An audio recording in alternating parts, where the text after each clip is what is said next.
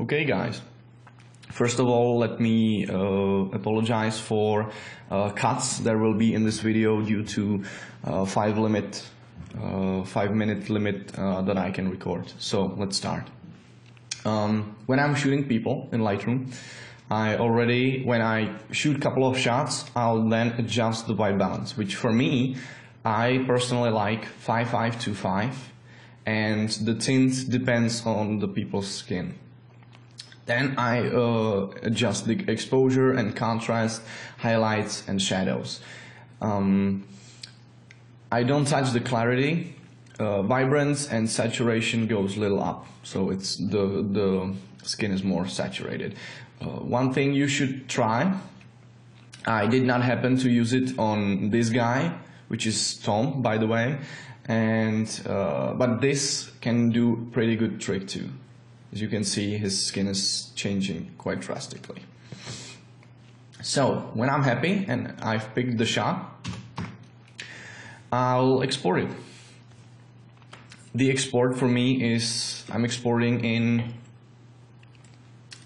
TIFF 16-bit with color space Adobe RGB. So I'll export it. I've already done it. I have it here. Now coming to Photoshop. I'm not using Camera Raw. I'll simply drag it in. Okay, now there are a few problems I can see. The first one, obviously, is this giant softbox that is here. That's quite an easy fix. Also, what I'm about to teach you, it requires some sort of basic knowledge in Photoshop. So I will not be explaining the masks and such. So let me get rid of this softbox. Now I have selected the area, and now the shortcut for PC, I don't know what it is for Windows, but it's Content Aware Fill. It's Shift F5 and click OK. It will calculate it and it's done. It's cleared. Okay, so now that we have it, let me get rid of this. So that's my base layer. First thing I want to do is sharpen it a little. So what I've just done is I've created a new layer. I've duplicated the base, desaturated it by Ctrl Shift and U. Now I'm putting it to linear light.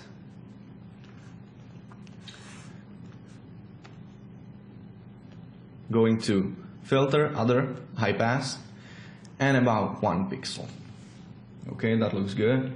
And lowering the opacity a bit. That's nice. Now I'm selecting both because I don't want to have a lot of layers, and simply Ctrl E to merge them. That's it. Now it's time to clean up the skin a little.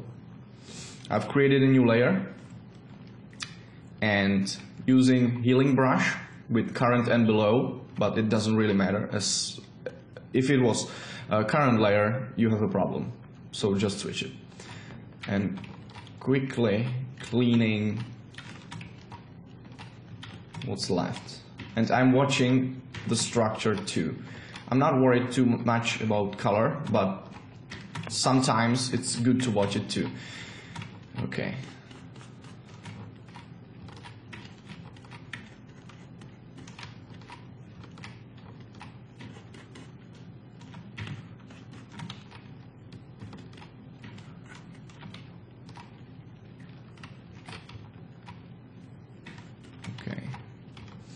I'm also using vacuum tablet, which is really nice. So if you mean it with retouching, which I believe you should, buy one. This one I'm using is probably the cheapest bamboo one. I'm using it for 2 years now and it holds just fine. So you don't need the expensive Intuos or the ones that are designed for that. Okay, now when it comes to freckles and such, I'll clean not everything but some that quite the freckles. I'm not healing brushing everything. I'll just brush some, because nobody, if I would take this big one, this guy would also notice. But like this smaller ones, these three, these throw me off in this shot, and I'm talking about portfolio shot now. Okay, so me personally, I'm getting drawn to this, so I'll just clean this up a little. This I'll probably try to remove later. Okay, this one. And this guy has amazing cheekbone, so I'll just remove this one, and that's basically my healing brushing. I'll check the hair. Yeah, there's something that you could also try spot healing brush, but I happen to like more the normal healing brush. Okay, now when that's done,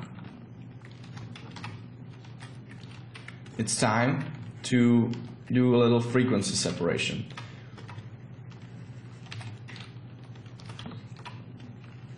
Yeah, so what the frequency separation does, basically it splits the image to your texture and color. Now let me show you how it's done. Now that I have two layers, I'll just Control Shift Alt E to merge all and create the new layer group from it. I'll group those because I don't need it anymore. I'll duplicate the new one again. The first one I'll set to linear light and disable it. This one, the lower one, I'll set to filter, blur, Gaussian blur, and now I like about 7 pixels. This is nice. Okay, that's it. I'll enable the linear light layer, the upper layer now, and go to image, apply image. The layer I'm about to select is the blur one, which is layer 2, as you can see. And blending, I'll set to subtract, and these numbers are set, so just set it to 2, scale to 2, and offset to 128. That's set. You don't need to change that anymore. Yeah? Okay, and that's it. I'll group those. I'll call it FS, like frequency separation. And as you can see, if I enable the back layer, which is the layer we created this from, and enable the new one, frequency, as you can see, it's the same. I have my texture and my color. There are a lot of tutorials on the internet, since if you did not understand this, I understand I'm probably a bit fast for you. Just try to, you can either watch this video again or you can find another tutorial. Now, in the middle of these, I've created a new layer, blank layer. Now, I'm getting my brush and flow about 3%. And now it's only easy painting. So I'm sampling colors and evening out those little color shifts. Just a little, just a touch. I'm not touching the highlights much, but if I see like this color shift is really bothering me, my eye, so I'll sample this color and slowly paint it in. You can also try to reduce the reds by using a hue and saturation, which I would use. However, this guy had amazing skin, so there is not much to get rid of. One thing you should be aware of is if I sample color from here and start painting here, as you can see, that's bad, so don't do it. try to stick to the areas that are fairly similar and sample those colors. So I'll just go here, I'm going here, reducing. As you can see, this is highlight, so I'm not touching that much.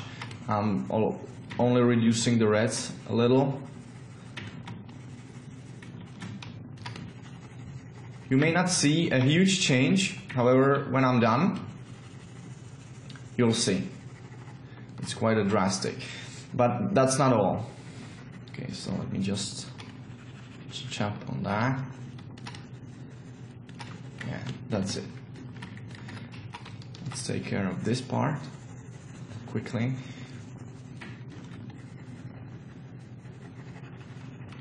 Cool. And little here.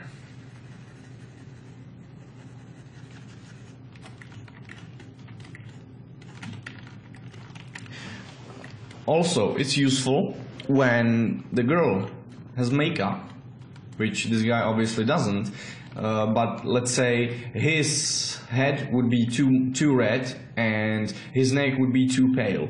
I would create a new layer, sample the overall color, mostly I would do it from the forehead, and slowly start painting here. So I would match those more. Now, that's what I would do. Here, I'll leave it. Okay, I have the layer. As you can see, it's a quite drastic change. Now that you are having, I'll duplicate the layer, disable the upper one, go to the lower one and set it to color. So it only affects the colors but not the light, the luminance values. I'll reduce it like to 70, and then I have my normal layer, which I'll only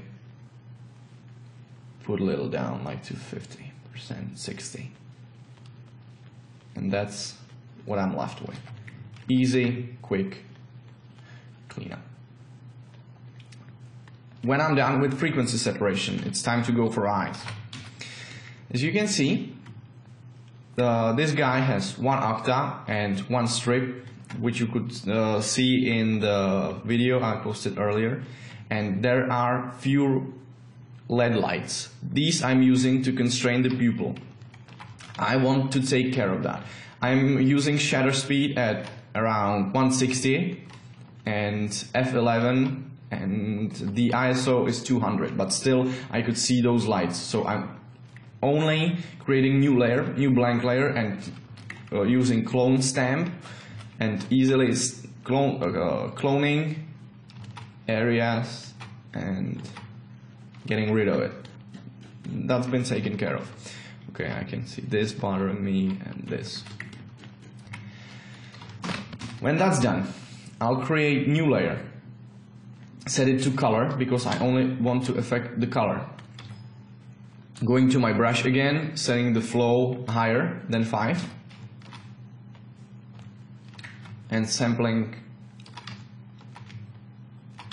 color in the eye and evening out. Same here. Great. Go for the other eye and a little here. Now, and that's done. I'll reduce like 63. Yeah, that's fine. And creating new hue and saturation layer. I'm going to blues, desaturating blues, and putting a little high lightness up. Yeah, I also forgot to go to magentas and do the same. I'm inverting the layer mask or filling it with black and painting where I want this to take effect, which is here, here, here, here, and here. Okay, that's the eyes. Next, creating curves, and I'm watching the iris. I want to pop a little contrast in there. Not much. I'm mostly overdoing and then reducing the opacity. And I'll throw more light into there.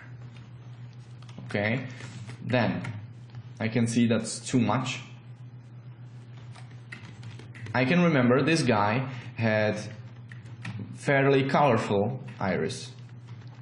So I will put just a little more color in there. I'll use hue and saturation. I'll colorize the image, and I'm going for greens because he had a green. I'll go for something that I like, which is this. I'll go more with saturation. Now I'll set it to overlay and invert the layer mask, or filling it with black, and simply painting it in. As you can see, that's way too strong, but that's why we have the opacity option here. And I'll reduce it to, not even too much, 12%. Cool, maybe too much, maybe a little more. Yeah, that's brilliant. I'll probably reduce it. Yeah, okay, I'll group those and name it eyes. Okay, that's our eyes taken off. Now, I'll show you a very cool trick to, let's say the subject moved too far from your light, so you don't have that kind of highlight to shadow transition. I'll again clone stamp visible layer, Control Shift Alt E, and that makes new layer. I'll desaturate it, Control Shift U, and set the blending mode to soft light. Now, you want to be zoomed far out. I'm clicking right or with mouse and going to blending options. I'm taking this lower slider, the underlying layer, and I'm watching what it's doing. Now I can clearly see that on his forehead here there appears to be a highlight. I'll go a little more. Now I'll just press Alt, I believe it's Option, and split. As you can see, this triangle, I'm splitting it and watching what it's doing to the face. And I'm loving this. So this is a new highlight that we kind of created from what information the program had. That's way too strong, so I'll reduce it to 25. Yeah, 25 that's great. Now it's time to go for color. Even when I increase the saturation and vibrance in Lightroom, I still want to pop a little more. The easiest way that I found is to use photo filter. I'll only apply it and I'll fill it with black so it's not affecting anything. Then I'll simply paint where I want this to take an effect. I'll quickly paint to areas that I want to be affected. It's to be here, here. Okay. Of course here. I'm using the layer mask I created to create one more. So I'll Control, sorry, my Wacom tablet just stopped working.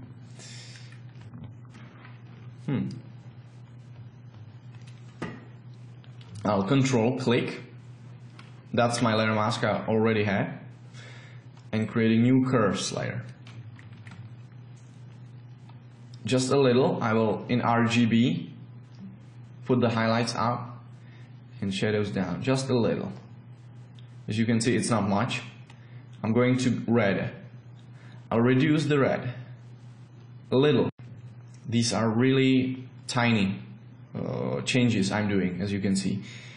So I'm in a red, I've changed that. I'll put a little more green, just a little. Again, this is obviously way too off. Just a touch. that's great. And he's probably way too yellow, so I'll just tiny bit, a tiny touch. Let me check that. Yeah, that's cool. I'm reducing both the photo filter and the curves and watching. I happen to like the process where I will put it to where I like. I'll export it, and 1 hour, 2 hours later I'm gonna check it if I like it. Sometimes I happen to dislike what I've just done and changing it again. Okay, now when that's done, I happen to like this color, and it fits him very well. Now it's time to dodge and burn a little. I'm creating a new layer. For PC, again, it's Ctrl-Shift-N, and setting it to overlay and filling with overlay neutral color. I'll take my, I don't know how it's called, it's dodge and burn tool, yeah, of course. And what dodge and burn basically means, it's selectively adding highlights and shadows to areas where you want them. I'm usually starting with the nose. Slowly burn or dodge the nose and a little on the forehead where the highlights already are. I'm going to just a little burn the eyebrows, and I'm burning also ear a little. So the change, the color change or the light change, the contrast is less apparent. Also, a little on the lip. These are really subtle changes, as you can see. And here on the chin.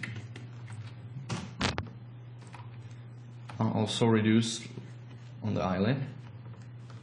And I'm going for big brush and painting slowly here. Here, where the light was 2. So the Rembrandt triangle is more apparent. If my kick is not as bright as I wanted, I'll simply increase it a little. It's just selectively adding highlights and shadows to create more depth, which basically means if I want to make this lip fuller, I'll simply add highlight here. I'm overdoing it, but as you can see, and shadow here. Now it appears fuller than it was. But I don't want that, so I'll just go back. Yeah. Now, this guy has amazing cheek. I want to accentuate it a little bit more. So I'll simply, with lasso tool, create a selection. And with burn tool,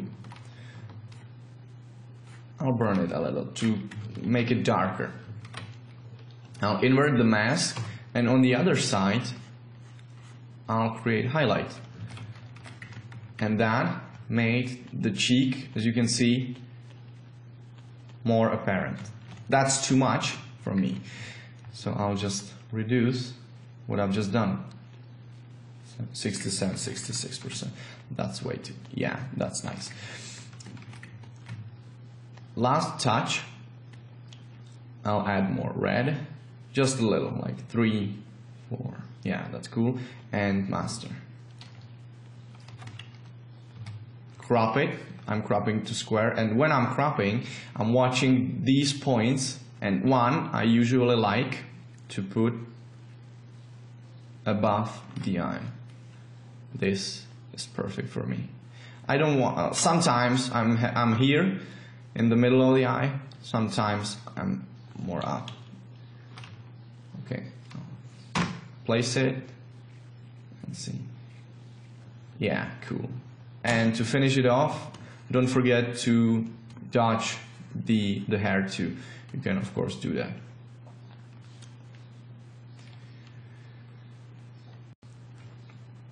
Now, the last thing you want to do, or I'm doing, is going to levels. I like to have my pictures with a little more greenish tone. So I'm going to green, and I have two options here. I have the upper and the lower one. With the lower bar, I'm grabbing the black, and as you can see, as I'm dragging it, it adds green to shadows. Now, the output levels are at 0. I'm putting it to, yeah, that's, I don't know if you can see, yeah, you can, I can see it. I hope with the compression that YouTube has, you will see it too. That added a little more green to shadows. To add more to highlights, I'm using the upper bar, this histogram. And as you can see, it's adding to highlights. So I'll simply go, I'm going for, it was 255, sorry. I'm going to 248. That looks awesome on him. Yes, that's for me is the cherry on top of the cake. Yes, that's perfect. And reducing the opacity. Sometimes I'll just try to tweak. I'll just try to tweak the contrast a little. Yeah, that's, and reducing it. Now, yeah, I also forgot to mention, if you have more wrinkles on the shirt you want to reduce or take care of, the dodge and burn is usually the most simple and effective. Just dodging the shadows a little more.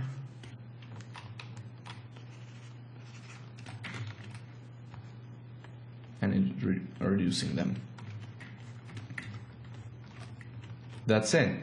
I usually save this and come back later and decide, okay, I want more opacity here to be the dodge less, more or less apparent and such. Now let me show you where we started and where we are. This is our base layer where we started straight from Lightroom. This is finished, retouched. As you can see, not a whole lot of changes, but it makes, to my eye, the image really pop. I wouldn't necessarily do this to every image I'm giving my client. However, like the color layer and this adjustments, not including the dodge and burn, I can simply group and copy to, let's say, whole other images of this guy, because his skin color would not change, if you know what I mean. So only thing I would do to every image is little frequency separation, the eyes, and this highlight recovery more, or this highlight recovery. Okay, cool. I hope you've learned something new and this will help your process. Cheers.